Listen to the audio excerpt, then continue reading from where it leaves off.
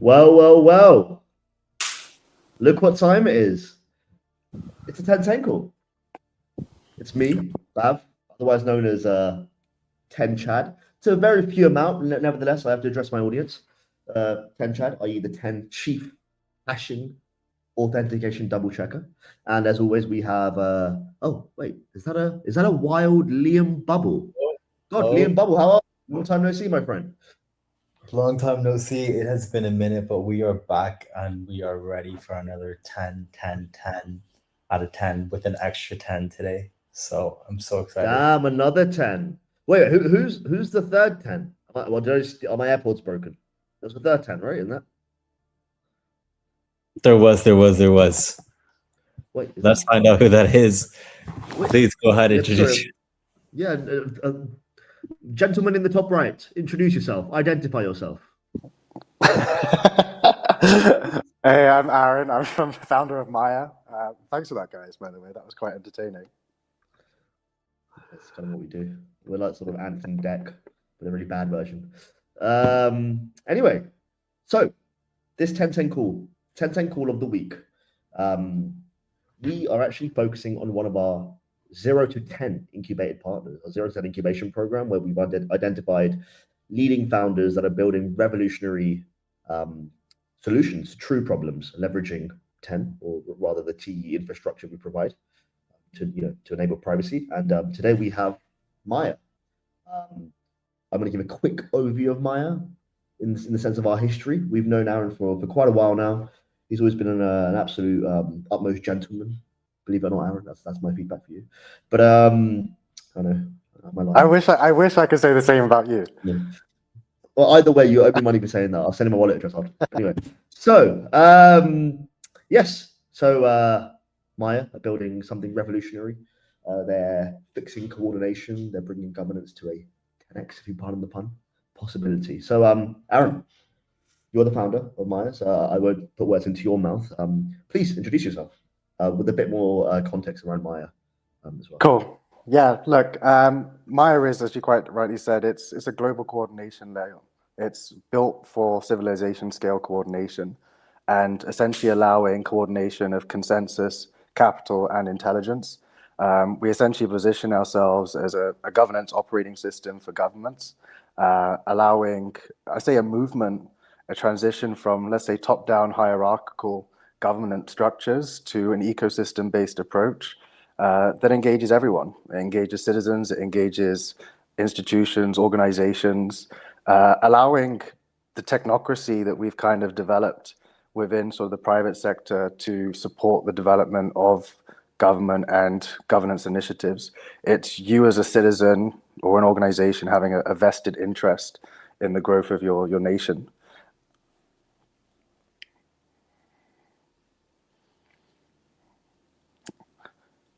I'm sure you're saying something fantastic, Bav, but you're muted.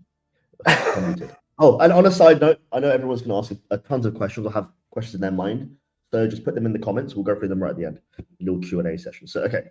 Maya, we already know it's a 10-10 project, right? You already mentioned it. You are tackling one of the most critical problems whereby a legacy system physically isn't fit enough to serve the population today across the world, but more specifically certain areas of the world. So coordination is at the core broken, right? And I remember I read one of your summary pages, and you said, we're not just another app, right? You're bringing together AI, privacy preserving technologies, and you're building something fundamentally very core to the blockchain, which is transparent, auditable, and you're fixing governance, right? It's something that DAO was promised 2 years ago. So why now? A few questions actually. Dive a bit more deeper into the problem, and then why now? Because I know your background, and you can even talk about that as well if you want. Your background led to this. I mean, you've been, I'm sure, in a career for a while now. Why now? And what is the problem, and why is it so critical today? I think we kind of, like, everyone's sort of borne witness to it. I think a lot of this was highlighted post-COVID as well, just the fundamental, let's say, lack of transparency. But what I would say is we've been playing a macro game. I started Maya probably about 5-6 years ago, painting this vision of what Maya is. My career is in sovereign development. My second, and I would say most of my businesses have always been about building coordination systems. My second business was essentially building a coordination system that empowered decentralized manufacturing in the clean tech space. After that, I sort of used coordination within infrastructure development in emerging markets, which accelerated essentially foreign direct investment, but also the development of infrastructure in some very, let's say, war-torn zones such as Libya, Syria, Congo, etc.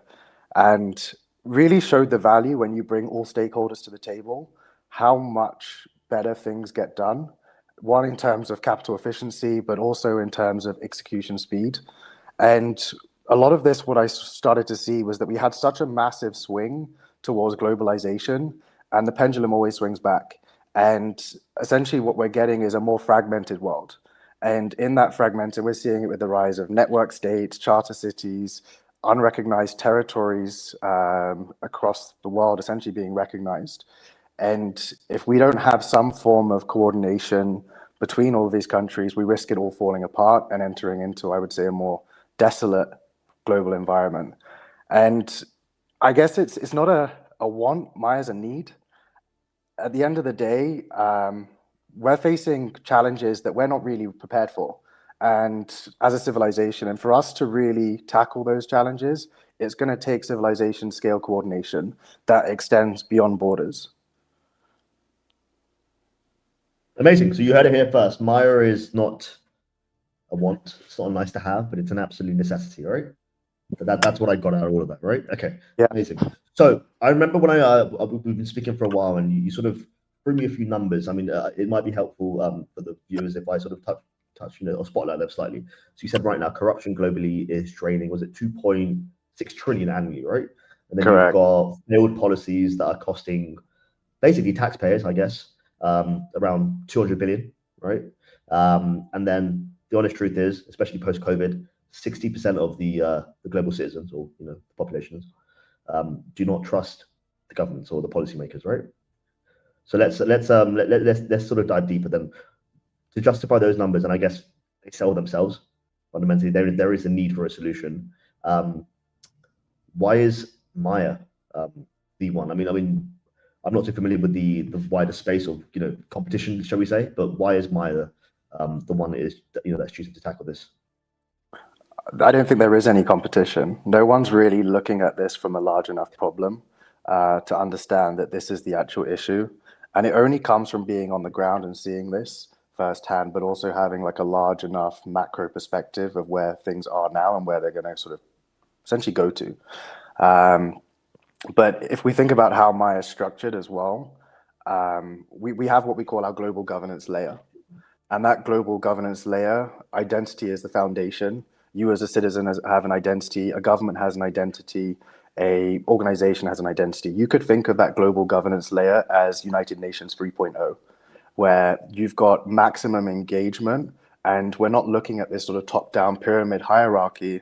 We're looking at an ecosystem-based approach, where you've got all of these data points being shared through privacy-preserving protocols with incentives and reputation tied to that. So you are a vested participant in governance. You're a vested participant within your country, but also within the world.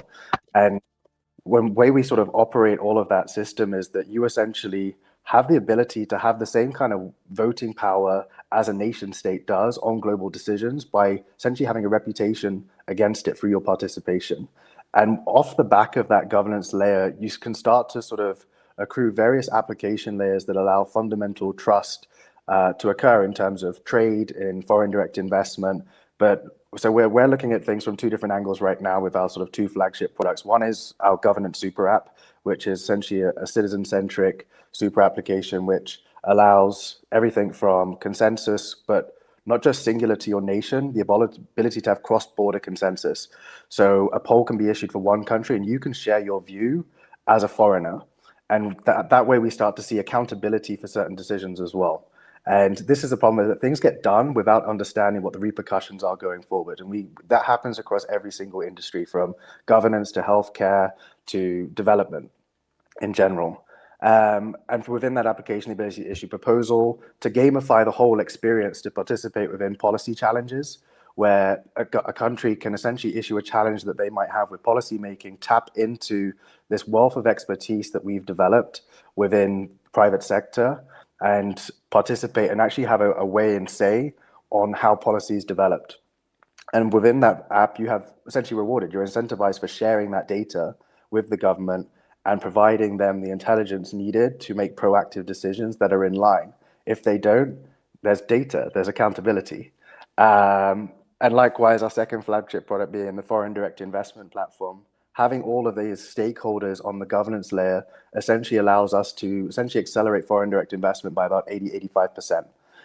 We proved it through analog methods with my third business, but it's when you can start to integrate sort of ZK proofs, for example, to verify documents, but also verifying reputation of those stakeholders that are participating, we can allow for essentially increased sovereign development in any country.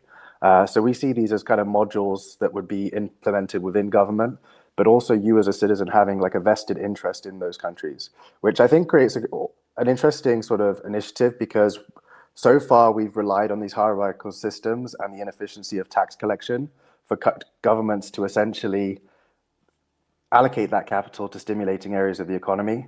And if you think that the population base gets so large, the only solution that governments have had to combat that is to increase the size of government. So as a result, most of the tax revenues that get collected end up subsidizing and going directly into government. So there's very little capital that actually goes into stimulating areas of the economy. And so if you have the idea of what we call direct citizen investment, you as a citizen actually being able to invest into a country, Maya is a means of leaning out government, because you have all of this wealth of expertise, but also if you use the fundamental, let's say, those that are closest to the ground, actually have a better understanding of where capital needs to be allocated and giving them the choice on where to allocate that capital, they're best placed to do it. Yeah, that's super interesting. I wanted to ask, because you used the term United Nations 3.0, and I was really curious about the relationship between Maya and those kinds of institutions, I guess. Like, do you think that now we're moving into a new phase where digital governance or tools like Maya could replace, or do you see them complementing these global institutions? Like, how do you see that relationship really playing out over the course of the next few years or long term even? Yeah, look, I think at the end of the day, you've got to coordinate and collaborate at this stage in time. Like, we're speaking with a lot of the multilateral development banks right now because they see Maya as an opportunity for them to do their job better. Is that banks at the end of the day have a mandate to allocate capital, and Maya gives them security of that capital to allocate. And the way that we position essentially data as an asset is something that also has, I say, a monetizable value to it, which they're super keen to sort of get behind and understand how data can be leveraged to sort of unlock further growth capital. And so we are coordinating very closely with them. We also, the idea is that I think a lot of people, especially in the crypto industry, have a very nuanced view of government.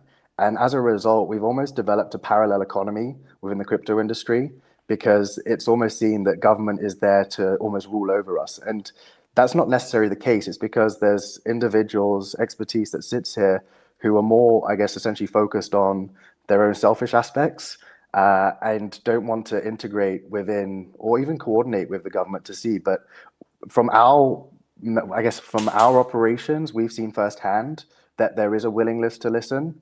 What we've seen as well is that there's essentially an initiative from the United Nations, for example, for the digitization of government. And not just that, for the engagement of citizens within governance. And that's broken out down into essentially like a 3-phase approach, which is e-decision making, e-information, and e-consensus. And so these initiatives exist, and you'll find it, I think, if you're in any sort of developed country, you can go and, like, if you go to the UK, for example, there's portals that exist. But the problem is that, as Bav quietly referred to some of the numbers that we talk about, is like there's 60% have a lack of trust in these institutions, especially when you start to see some of the overreach from governments. And I think that's probably another point of why now, is that there is an extension of overreach, and there's a lack of, and it's not necessarily that we can achieve the outcomes that they want, but we can maintain our privacy at the same time. And there's no education of the technology that we've spent well over a decade maturing within the crypto industry to actually give to them as an actual solution to essentially solve the outcome. So as a result, they're relying on sort of Web2 fundamentals because it's the only knowledge that they have. And at the end of the day, people only know what they know. And this is where we're sort of coming to the table and we're introducing, look, we can give you an outcome. And at the end of the day, the privacy of the individual is still maintained. There's no pressure or, let's say, potential of backlash on them as an individual because they've had a voice. At the end of the day, a government's put in place to drive the initiatives of the population. And there's a lot more of us than there is of them. So at the end, we've seen it firsthand in Dubai, where essentially citizen well-being is put first and foremost above anything else. And the initiatives take place, they are top down, but those initiatives are implemented in a way to enforce well-being at the ground level. And that comes from a two-way feedback loop. And there is an evaluation of what is actually needed to sort of build this environment. And I was saying to someone the other day, actually, like Dubai is probably one of the only places in the world that's actually positioned not currency as a reserve asset, but time as a reserve asset. And they've done a lot, I would say, in regards to how they approach governance. And it's I guess the proof's in the pudding when most people come here and they can see how efficient the government is here compared to some of the more Western governments. But what Maya brings is, I guess, leaps and bounds of what's currently here. And it's an opportunity for sort of everyone, not just to have the same capacity and capabilities, but also sovereignty over that technology, which I think is fundamentally important, is that we empower not just like the sovereign state, but the sovereign individual. And that's where we start to fragment even more at a lower level, is that now we're starting to recognize individuals as sovereign. And we can position that within Maya is that you yourself, you have the same level privacy rights as a government does. And that's through using stuff like obviously TENS protocol. Yeah, and I think what you said in the beginning is really true. Like a lot of people in crypto, they definitely see government as something to resist rather than something to like change or evolve, because I guess this whole space is built on, you know, individual sovereignty and but yeah, what you guys are doing, it kind of flips up, because I guess it's not about, you know, rejecting government, but rebuilding that trust. I'd love to touch on, you know, you mentioned in the beginning how Maya has been a part of helping in countries where governance has broken down, like Libya, Syria, Congo, you know, where you have all kinds of loss of human potential or inefficiency, and like, yeah, the kind of like work that you guys have been doing in those regions, and yeah, how Maya is evolving there, because I think people listening will be super interested to hear that. I mean, it's very rare that you hear of something happening in the space that genuinely is making such a difference, especially in those regions. So yeah, I'd love to hear a little bit more about that. Yeah, look, a lot of the countries we're focusing on right now are, I guess, emerging market or developing countries. A lot of that stems from my own background, being over a decade operating within these regions. What I would say is, especially in these markets, is our first advantage is I guess the first flagship product we introduce these markets is foreign direct investment, but through this global governance layer. The receptiveness is super high because at the end of the day, they're looking for solutions that allow them to fulfill their development needs. And you take a situation, especially a lot of these emerging markets, their core development is essentially pinned on the idea of, have they got enough dollar liquidity? And they've got to maintain enough dollar liquidity to underpin their currency. And at the end of the day, if they're not able to generate exports, there's not enough dollar liquidity to fund development of those countries in terms of growing out infrastructure, etc. Where we sort of implement our sort of FDI platforms is that, obviously I mentioned about kind of bringing all stakeholders to the table, and that's great. It accelerates it when you have all the stakeholders at the table, but we allow for essentially what we call mixed financing. So across not just all the way across from sort of reinsurance, insurance, debt, and equity. So all of those pools are tokenized. And now a country is in a position where they can essentially collateralize those cash flows to fund further growth rather than relying on their dollar liquidity. And this creates a new opportunity for them to sort of grow on this. Another way that we're sort of operating with some countries right now, specifically Gabon, is we're positioning data as a monetizable asset, which means going into these countries and actually valuing their data against an OECD framework. And the way that data is valued is against essentially what its net positive is towards increasing GDP. And against that GDP, we can essentially, or against that data, sorry, we can issue what we call a data bond. And that data bond will then seed a sovereign development fund to which Maya is a stakeholder in. And we can then master plan around development of that country using the foreign direct investment platform. And then that opens up capital across the sort of the global governance layer. So you as a citizen, organizations globally, all as well as nation states can invest into that in a more bankable, more secure manner, but not have the liquidity issues that generally sit within FDI investments and all of the bankability risk. Aaron, I was reading through some of my prep on your notes, and one of the best, I think, phrases you used was that you referred to this as a mycelial nervous system for society. That's one of my favorite phrases of all time, genuinely, because it takes me back to biology GCSE with funguses and mycelium. But amazing. So this is great. You're basically in creating this global governance layer, you fundamentally created, well, sort of multi-chain experience, right? Where different nation states, I guess, are different chains, then users are able to contribute their data to such, I guess, governance structure. It's a combination of multi things, whether it be AI, whether it be fundamentally the blockchain, but especially rather with the blockchain, the privacy element, right? The privacy preserved element, because if citizens are to be incentivized to contribute something to this, right now, blockchains are by default, or most of them rather, are by default transparent. And if I'm going to be able to sort of contribute to this governance layer, privacy is at the core of it, right? So would I be right in saying for you, privacy is a huge unlock? I mean, we've seen a lot of noise already around Zcash, and everyone's sort of been shilling it, but that's more around token price. But at the core of it, in terms of the ethos of privacy, do you think this is something that without which, without some sort of privacy technology, this wouldn't really work?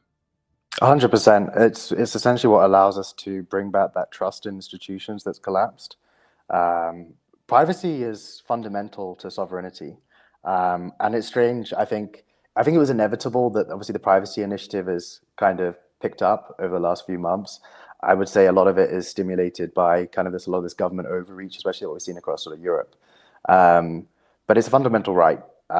It's essentially the basis of sovereignty, so it doesn't happen without it. And I would say that we've had this roadmap, this understanding of where things were going to go, and hence the need to sort of come out at this stage because it's timed right. But it has been waiting for sort of technology to sort of keep up. But I think it's interesting because if we look back and obviously the technology being born and spurred, like we have privacy in Swift. So why wouldn't we have it across all of these other sort of financial rails that we're developing? I think it makes sense for something like, for example, Bitcoin to be transparent if we are truly going to position it as digital gold. At the end of the day, the gold market has full transparency. You have audits, you have all of this, and it's all disclosed. But why does that need to extend across any other layer? Which just makes it irrelevant. I think that comes from this disconnect. You've got a lot of people that obviously have their values and what they personally believe in, but they don't look at the repercussions of what that comes later on. And I think that's when you have something like Maya, where you have a lot of coordination, where these things like this can be sort of rooted out, that we can find out exactly, okay, it's a great idea, but what are the repercussions of it? And it's only when you can bring a wealth of expertise, and we call it a hive mind. And a hive mind is essentially like a DAO-like structure. And we use it within like the policy challenge framework of Maya, is that, okay, a government's having an issue in regards to regulating, let's call it AI policy, for example. And so they can tap into all of this expertise. People can submit proposals. Those proposals get voted on. Those highest rated proposals go to form this DAO-like structure, which we call a hive mind, where you've got essentially all of this cultivated expertise that has all of these identities, essentially, that have all reputation backed against it as well. So they're very credible to formulate that policy and to really think things through. And because right now, essentially, it's a lobbying effort and a corporate lobbying effort, especially when we look at the venture market. If we see exactly how things go to market today, it's who's pumped or who's accumulated the most amount of venture capital. And they're using that venture capital to essentially lobby governments right now and lobby institutions, etc., to not push policy in the right direction, but to push policy in their direction.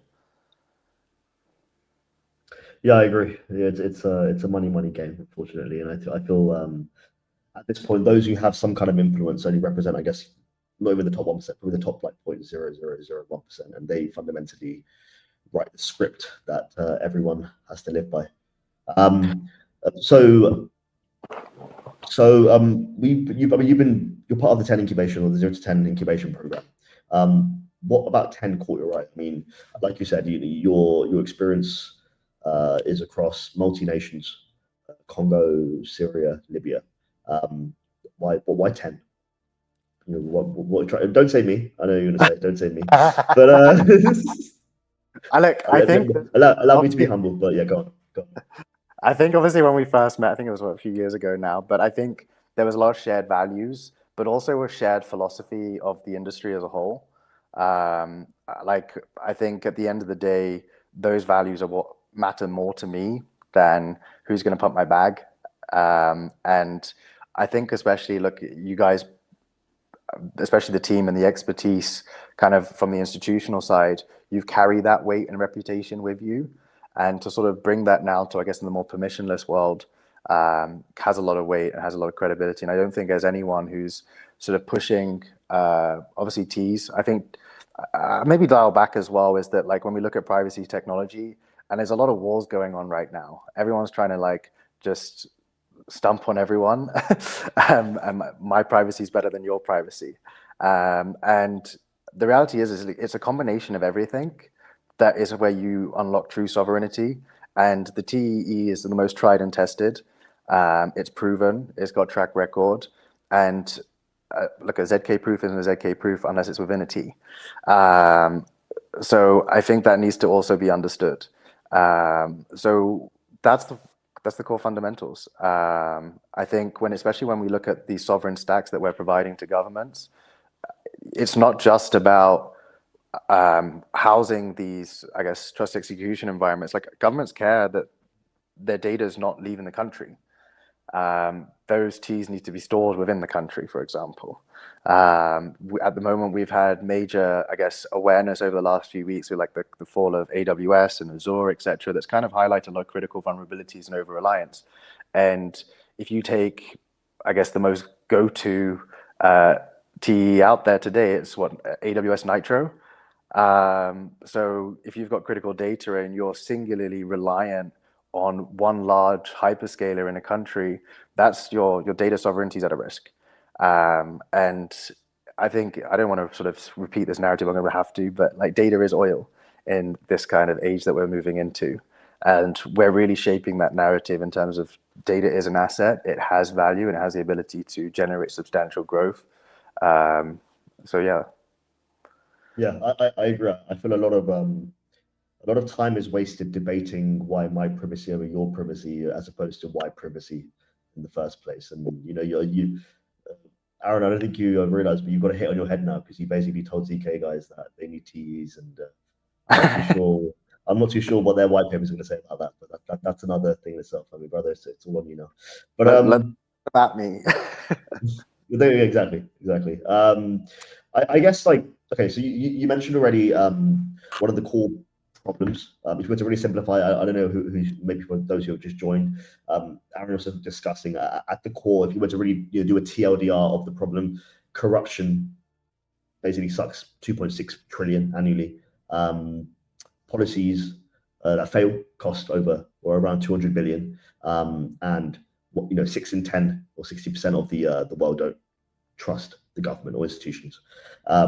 Now, I know you've been making a lot of progress with certain regions, the special economic zone in Zanzibar, Libya, with the telecom side. Do you want to talk? Because the funny thing is, in this space especially, there's a lot of promises that are made.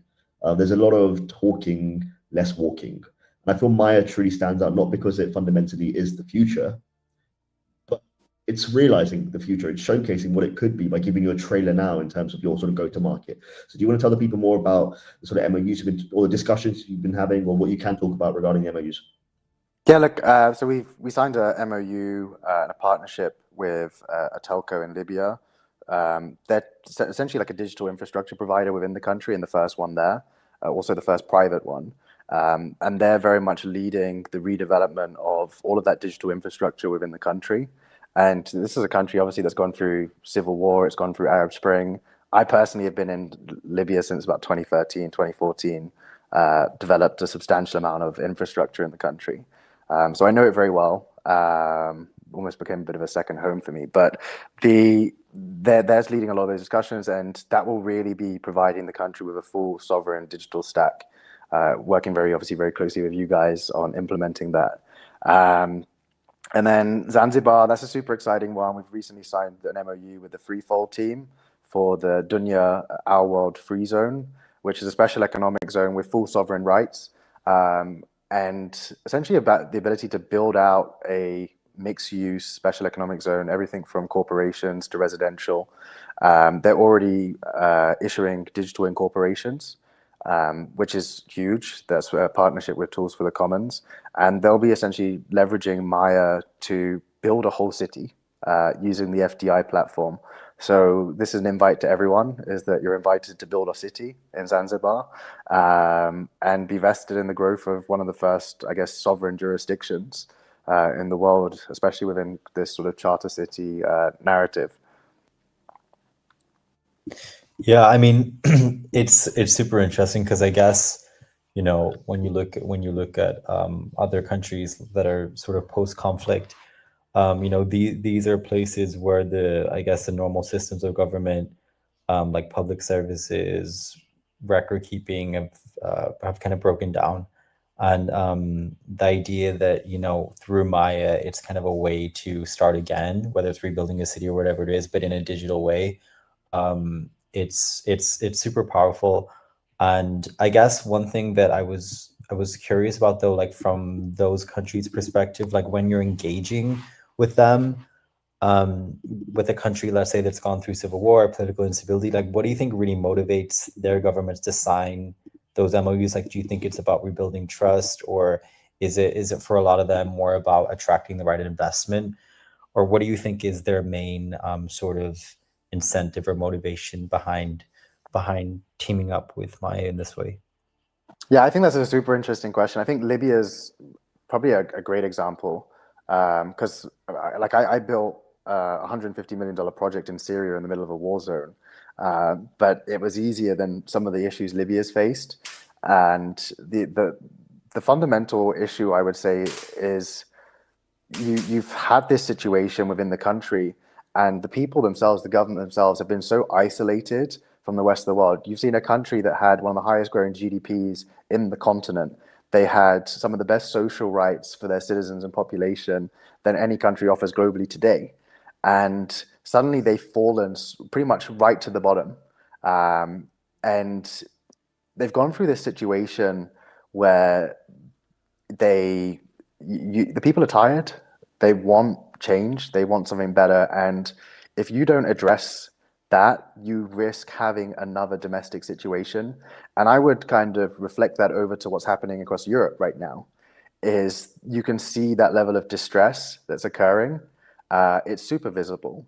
Actually, one of the reasons I got involved in Libya back in 2013 was I essentially wrote a paper that predicted the mass migration from the Sahel region into Europe. And a lot of that was based on the fundamental that Libya was an anchor for the region. And with the fall of Gaddafi, this would lead to mass migration. So I got into Libya to develop industrial soft power influence there to once again anchor the country. I didn't know at the time I was going to go through Arab Spring and civil war. So that took me over, I guess, 12 years to bring a project from start to finish, and saw all of those challenges in regards to what it takes to get a project bankable, especially in one of the hardest countries to do so. So they're looking for solutions that allow them to essentially repaint the image, bring back financial security and bankability to the country. And it's platforms like Maya that engages stakeholders that support that initiative. Because if you take pretty much like the way projects are developed today from a hierarchical system, So my third business was called iKilowatt, which we position ourselves as like one of the first, I guess, is the first hard decentralized infrastructure company, and it was the first use of liquid democracy. And so we empowered everyone, but we brought all of the stakeholders to the table. So traditional project hierarchies have finance at the top. You'll have your project developer, you'll have your contractor, your subcontractor, and you'll have supply chain. And just like a country, those that have the most expertise being on the ground, they have very little, and it's almost forbidden to have communication up to the top. But if that communication existed, it would allow for that project to develop quicker. It would allow for the financial metrics to improve on the project. We completely squashed the whole thing. And by doing so, we use consensus circles. So I created something what I call a mesh network organization structure, which essentially positioned the project as the center of the organization. And we use consensus circles and liquid democracy and a fixed supply chain. We engage the government, we engage the insurers, we engage the equity and the debt from the very beginning. So information was readily available and oversight was there from day one. So there wasn't this process of what happens through the traditional structure is a developer will work and develop all of these assets, get the paperwork, get the contract signed. And then what you have is this huge, I say, initiative by lawyers to do due diligence. And that due diligence takes months. And to put that into perspective, the average financial close to even close the financing to build the project in these markets is around 18 months to 24 months. Compare that to the West, where it's about 6 to 8 weeks. So using Maya's platform, we can take that months-long process or years-long procedure, and we can condense it into the same week period, actually providing a lot more security than what's existing out there right now. Yeah, what I love about this is fundamentally it's so in descriptive terms, it's so futuristic, but in objective terms today, it's, as you said, it's a need, right? I mean, you're basically trying to build this world where citizens and governments and markets operate on shared trust, right? On shared trust and shared basically data intelligence, as opposed to sort of the top down, as you mentioned, people are just lobbying certain policies to basically fill their pockets and pump the top line. And you're envisaging, I guess, this sort of sovereign an OS system, operating system for humanity, where coordination is now replacing corruption. The data ownership now goes into the hands of those that actually own the data, meaning the citizens, where the privacy comes in, because obviously they're not going to supply their data because it's going to get leaked. And then governance finally becomes, as opposed to like, oh, trust me, bro, you know I'm good for it kind of thing when you haven't been the last 10 times.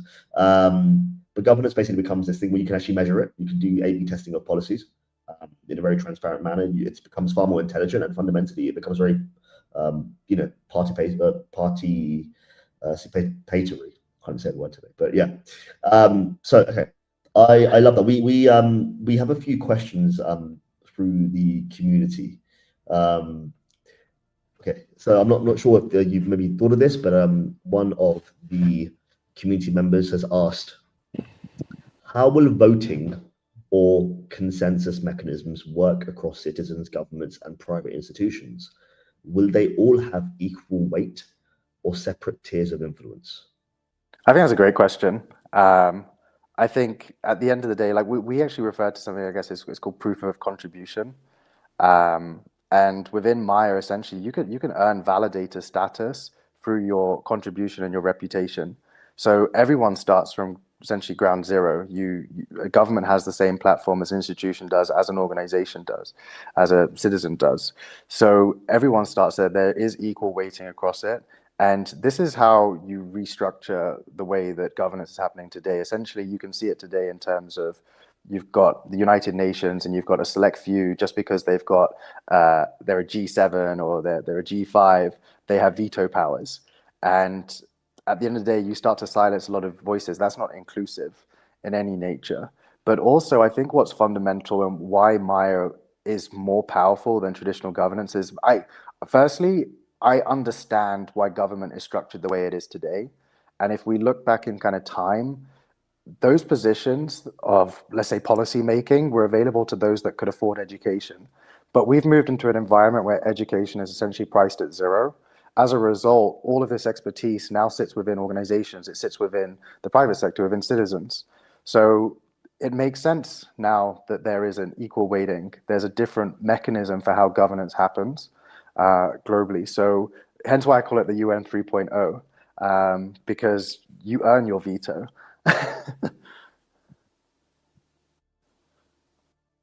Amazing. I One also- more question.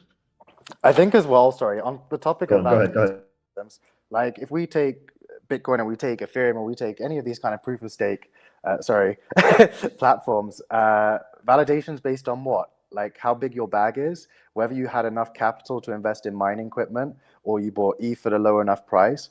In terms of taking, for example, any of these protocols, any of these networks, your governance rights and your ability to validate on them shouldn't be tied to your economic value. It should be tied to your contribution, especially when you're building something like Maya.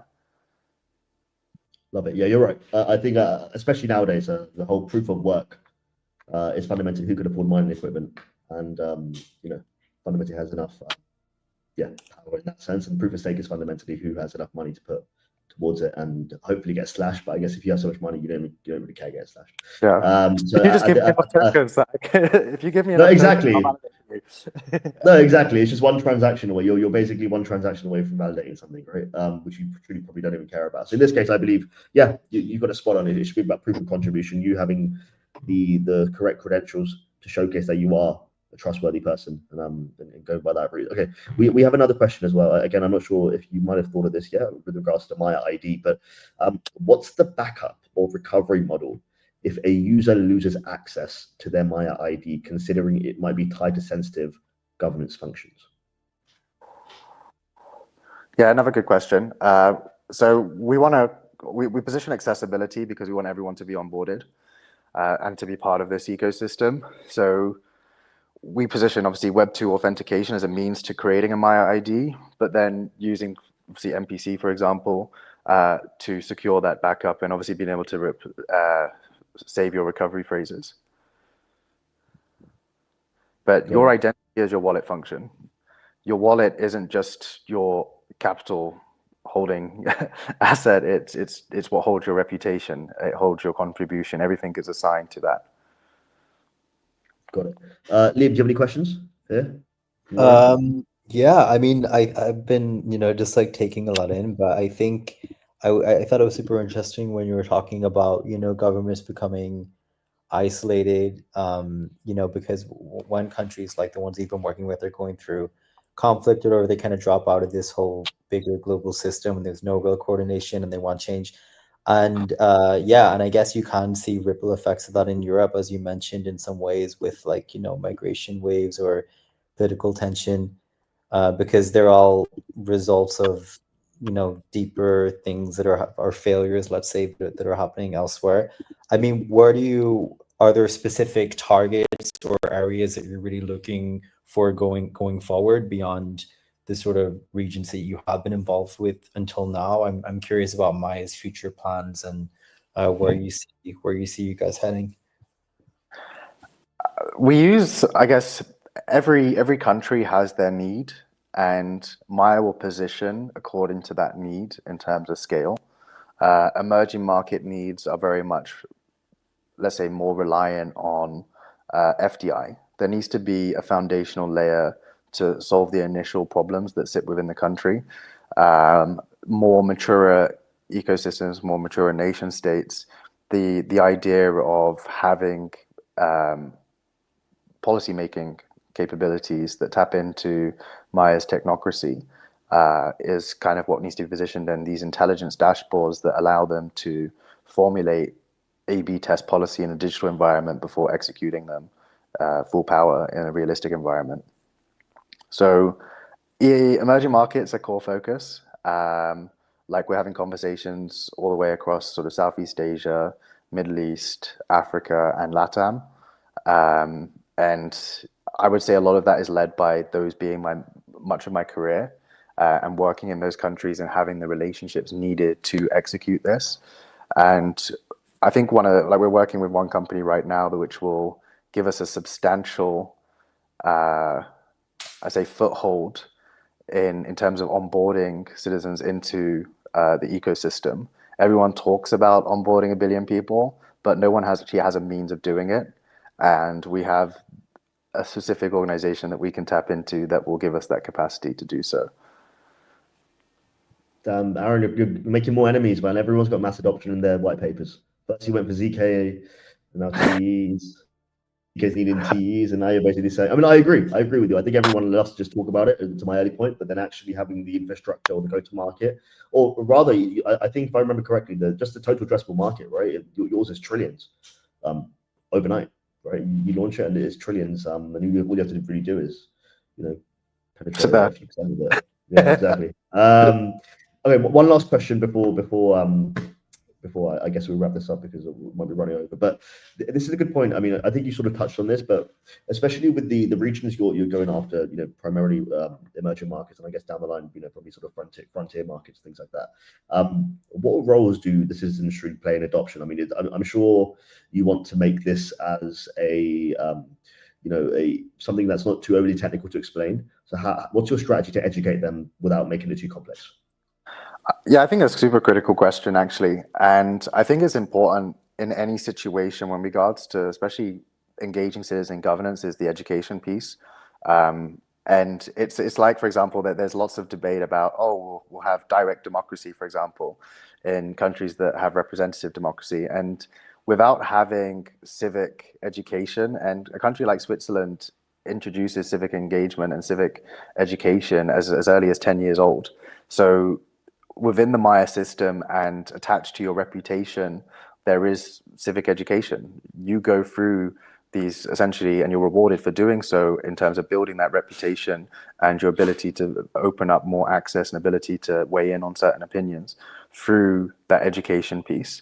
And it's a necessity. Without the education piece, we don't have adoption.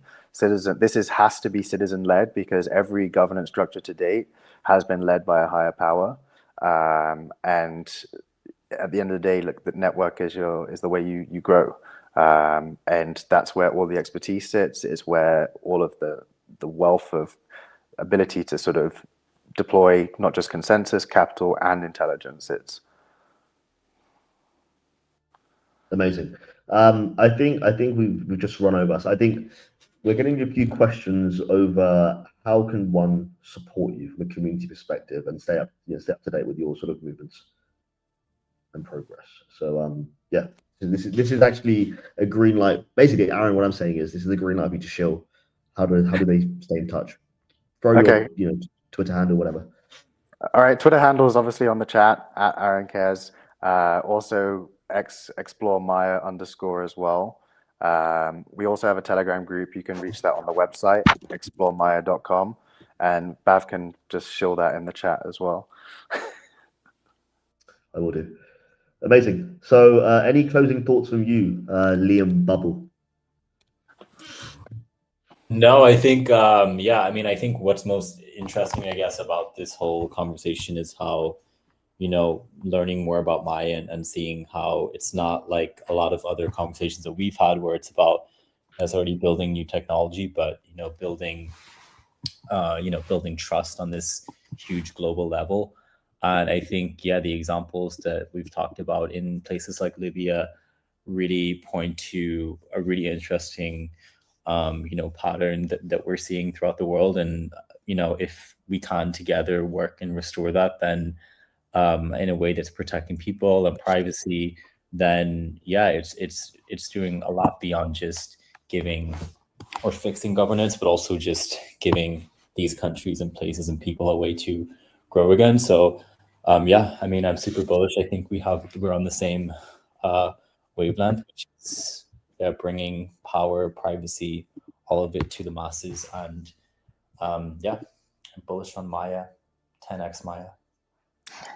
10 Maya. Yeah, and I second that. I think one of the ethoses of this space, which has somewhat been lost in all the either token price noise or the sort of Trump's put tariffs for this country noise, and the sort of FUD, generally speaking, has been this, that the blockchain in itself was this platform to give users or citizens even a way of owning the value they created.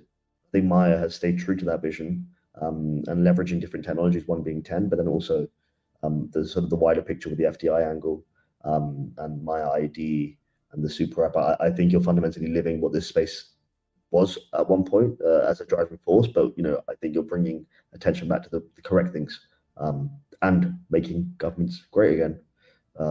Let's see. But Aaron, closing thoughts from you before we close this off. Yeah, appreciate it. Thanks for the platform, guys. As I said before, yeah, look, at people's everything. Value the support of everyone in growing this and making everyone a part of just essentially changing governance globally for the better for everyone.